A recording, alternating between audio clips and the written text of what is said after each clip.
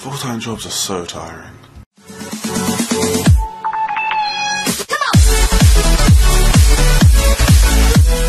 Hello everyone.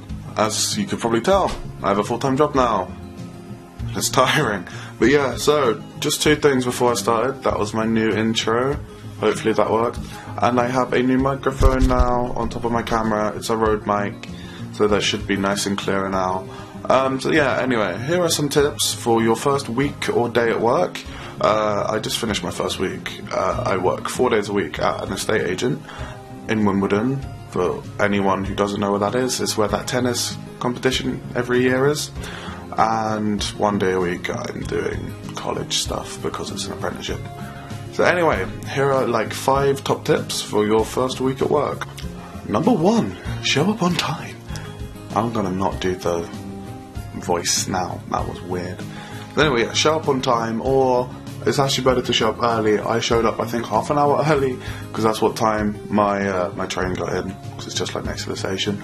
But yeah, so make sure you show up early. 15 to 30 minutes early is completely fine, because then you'll be able to sort out any admin or anything you need to do, and then by the end of that you'll hopefully be ready to work or start training or have handover if you're taking over someone's job like I am. Hi Julia, I know you finally want me to do a freaking shout out. There it is. So yeah, make sure you arrive early, because then it shows that you're motivated and you actually want the job, and you're not only there because your parents are making you get one. Number 2, smile. You want to look like you want to be at your new job, that you're happy that you have a job there, that you know you smashed all of the competition. If you show up and you look miserable and you look like you don't want to be there, you're giving off a really crap first impression, which you don't really want to give off. You want everyone in your office to like you, or at least respect you, and you want them to be able to help you. And if you look like you're just a Debbie Downer and you don't even want to be there, then they're very unlikely to want to help you like at all, even if they know it'll make their lives easier. If you're just says like, oh, I don't want to be here, it doesn't look good. But if you're there to be like, yeah, let's do some work, then it'll look good, innit?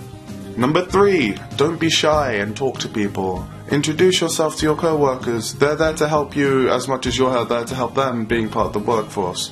If you just walk in and just kind of stay to yourself, they'll think, what is this guy? So go up to them, introduce yourself. Like if it was me, I was like, hi, I'm Connor, I'm the new apprentice, I'm taking over Julia's job.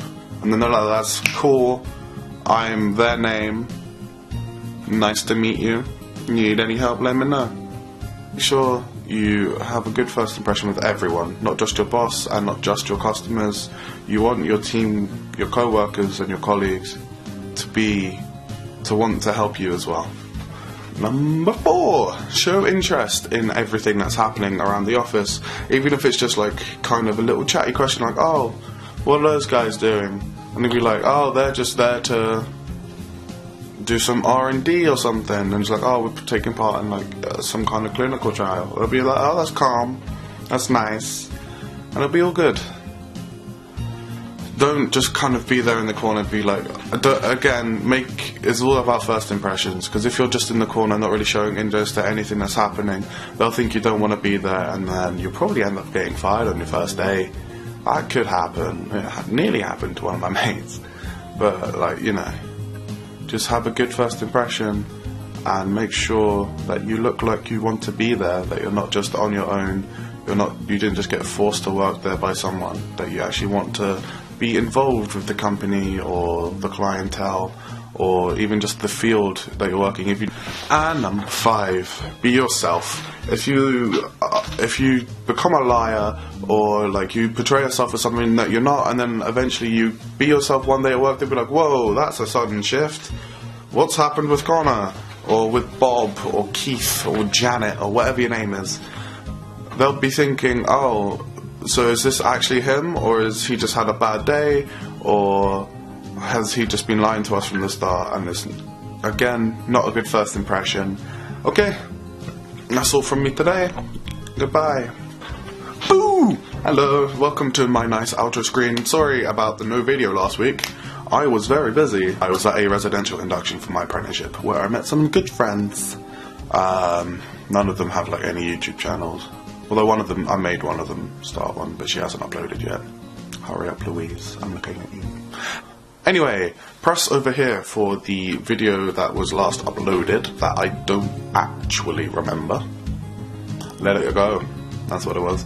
Let's get over it. Which is just me just kind of rambling on about exes.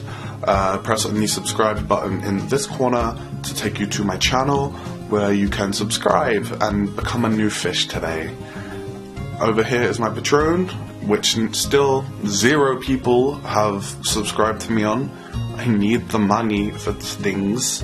I only managed to do the intro because I found a free website that I'm pretty sure is legit. Might not be. Anyway, like, comment, share, subscribe. Let me know what you think in the comments. Let me know if you've got any more tips. If you're starting a new job, what you thought about your first week of work. If you're on Step Forward as well and you've somehow managed to find my channel. Annie, stop watching my videos on Tuesdays as well. That's just annoying. But you know, yeah, tell me what you want my next video to be on, and I'll see you next week. Bye.